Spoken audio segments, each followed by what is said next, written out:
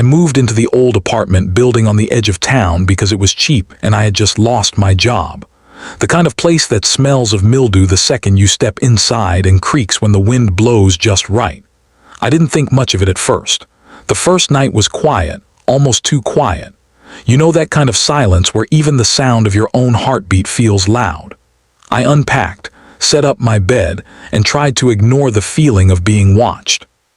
The apartment was small but manageable, and the landlord had promised that the building had been empty for years except for a few squatters here and there. I didn't see anyone, not even a neighbor. That should have been my first warning. It started with little things. Small noises mostly. A creak in the hallway that sounded like footsteps, though the walls were thick and no one had entered. Sometimes I would hear whispering, so faint that I thought it was just the wind through the cracks. I chalked it up to nerves and exhaustion, convincing myself that moving across the city and losing my job had shaken me more than I realized. But when I woke up at 3 in the morning and heard someone breathing softly in the corner of the room, I knew I wasn't alone. I froze, staring at the darkened corner. Nothing moved. The air felt heavier there, almost like it was pressing against me. I told myself it was my imagination, that fear was making me hear things. But the next night it was worse. I woke to the sound of scratching, soft at first and then sharper, like fingernails scraping against the plaster walls. I sat up in bed, my heart pounding, and I could see shadows moving against the corner. The shape was tall, twisted, but not quite human. It crouched there, silent, watching. I didn't breathe. I didn't move. Eventually, it disappeared when the first light of dawn crept under the curtains. I told myself I would leave in the morning, but by then my body was already exhausted, my mind clouded with a creeping dread I couldn't explain. Days passed and it became harder to tell what was real. The whispers were clearer now, calling my name softly at first, then louder, more insistent. I could feel eyes on me wherever I went in the apartment.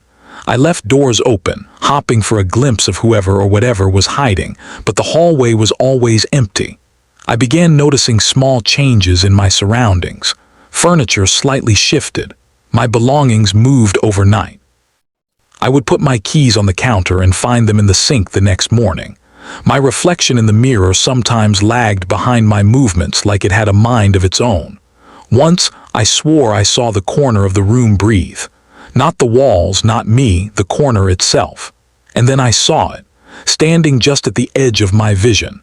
Every time I tried to look directly, it vanished, but the feeling of its presence lingered. I stopped sleeping. Every time I closed my eyes, I would see it standing there, closer each time, just watching. The whispers were growing, repeating phrases I could almost understand. "Come to me," they said. "You belong here." I tried recording the noises on my phone, trying to prove to myself that I wasn't losing my mind, but every recording played back only static and low, guttural sounds. Sometimes I could hear laughter in the background, faint but unmistakable.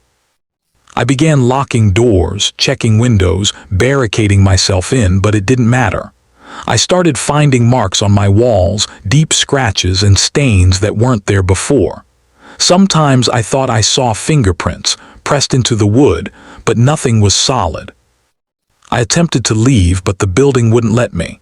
The hallways twisted impossibly when I tried to find the exit, doors leading into walls, stairs that went nowhere. It was like the building itself was alive, reshaping itself, keeping me trapped. The air smelled damp, heavy, and metallic, and it watched, always. Sometimes I could hear it moving behind the walls, packing, breathing, whispering my name, learning my routines. I began leaving notes for myself, reminders to stay calm, to find a way out, but they always disappeared, rewritten in jagged, scratchy letters that I didn't recognize. One night I woke to a figure standing at the foot of my bed. Its limbs were wrong, bending in ways human bodies cannot, and it leaned forward slowly, its head tilting unnaturally. Its eyes were deep pits of darkness, almost swallowing the light from my lamp. Its mouth opened, a long slit filled with shadows, and it whispered directly into my mind, not my ears. I could hear it inside me, echoing my own thoughts back to me in distorted, mocking voices. I could feel it reaching into my mind, twisting memories, changing them, making me doubt what was real. I left the apartment that night. I ran down the street across the city, not looking back. I didn't stop until I reached a bus station, crowded with people, bright lights, the noise of life surrounding me. And yet I could still feel it. It was in my shadow, moving just beyond my peripheral vision, whispering still, reminding me that it was patient, that it waits for the right moment, that it knows me, that it always will. I haven't gone back, but I can't sleep. Every dark room, every empty corner, every shadow in the corner of my eye reminds me of that place. I can still hear the whispers at night, faintly, almost like a memory, almost like it's calling me back. I don't know if it was the building or the thing inside it, or if it followed me home, but I know one thing: it hasn't stopped watching. And I know it never will. I thought leaving the apartment would save me, but I was wrong, because whatever existed inside that building had already claimed me long before I stepped across the threshold for the last time. The fear did not end when I escaped. If anything, it grew stronger. It adapted. It learned to follow. At first, the signs were subtle. I would wake up in my new place with the same feeling of being watched that I thought I had left behind. I convinced myself this was trauma, that I just needed rest and distractions, but sleep only made things worse. Whenever I closed my eyes, I saw that apartment hallway twisting and reshaping itself, swallowing me further inside, making escape pointless. The sound of breathing always returned. The scratching always came back. I had moved out, but somehow that thing had moved into me. 3 days after I left the apartment, I found something under my bed that I knew did not belong to me. A piece of plaster broken off from a wall. Not any wall. The old apartment wall.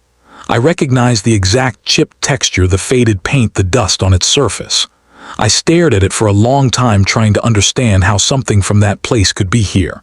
I told myself I carried it accidentally in my bag or clothes, but deep down I knew that was not true. I threw it away outside in the dumpster, thinking that would be the end of it. The next morning there were 3 pieces on my desk, arranged neatly in a triangle pointing toward the darkest corner of my room. I stopped sleeping in the dark after that. I kept the lights on all night, but shadows found me anyway. They stretched where they should not reach, bending toward me like they were alive, like they were hungry. My phone battery drained faster than usual, as if something was feeding on the electricity around me. I started keeping the television on just to drown out the silence, but sometimes the screen flickered and showed static for a moment. And within that static, I could see a shape, tall, thin, wrong.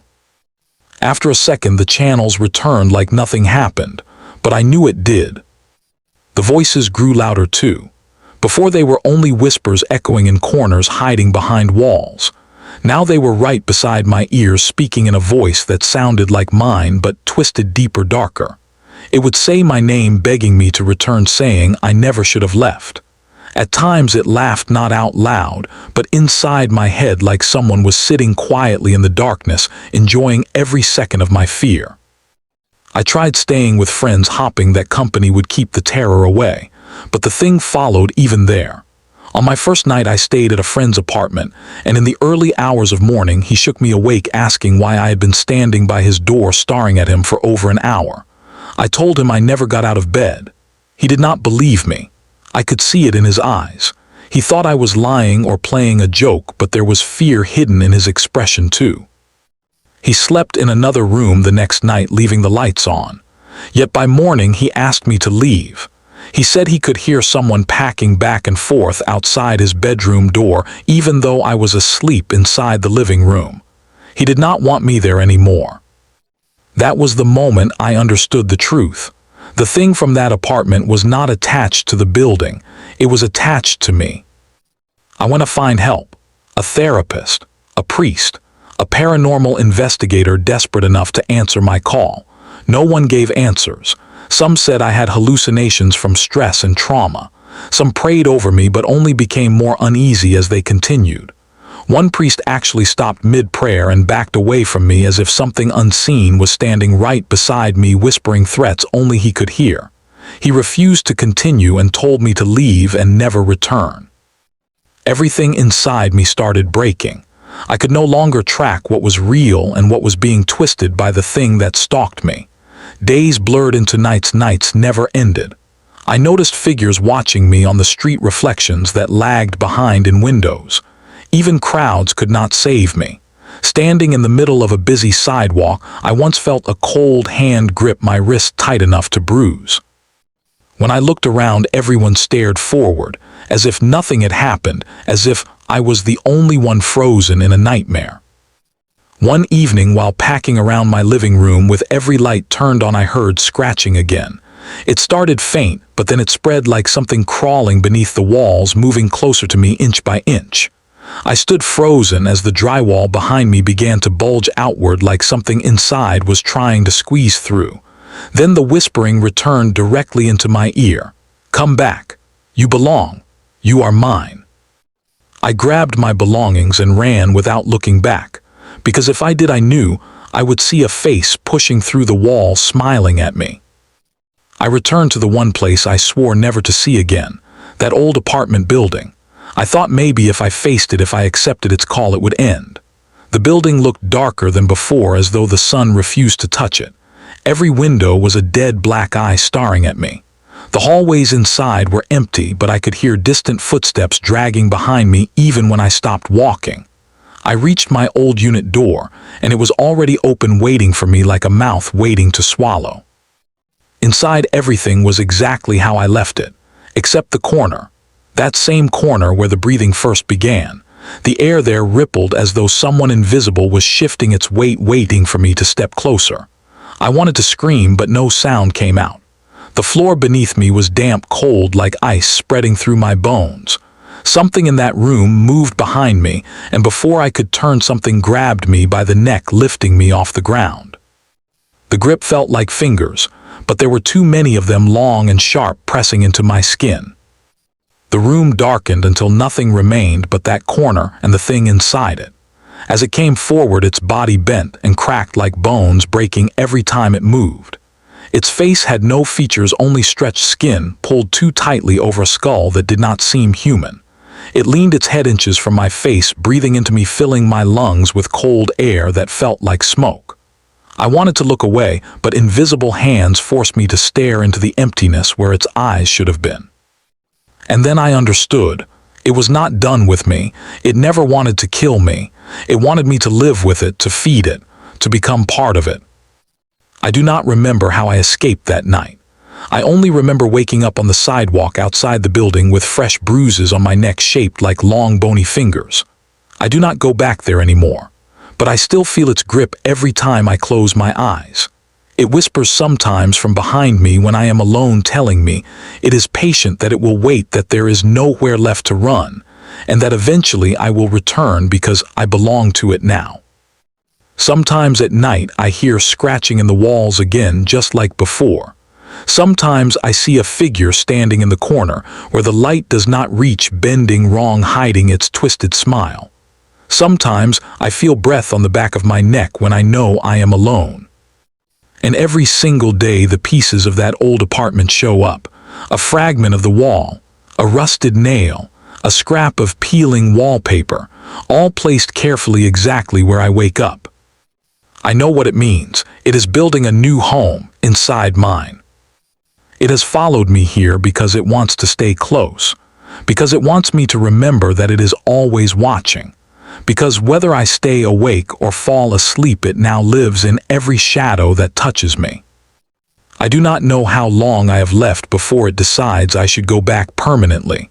Sometimes I think it is inside my mind, already peeling away my thoughts, shaping them into its own whispers. I try not to listen. I try not to look at the corner. I try not to breathe when the air gets too cold. But the truth is, it knows I cannot escape. It knows fear is the strongest chain. It knows every weakness etched inside me. It knows me better than I know myself. Last night I woke to the sound of heavy breathing right above my face. I stayed frozen, terrified to open my eyes, and when I finally did, I saw nothing. But I could feel the mattress shift, as though someone had just stood up and left. I am writing this now while every light in my room is on and the television volume is turned up high, but there is no comfort in the noise anymore. Something is in the corner again. I can see the shadow stretching across the floor, reaching for me little by little. It whispers my name over and over like a promise, like a countdown. Soon, it says. Soon. And I think this time it might be right.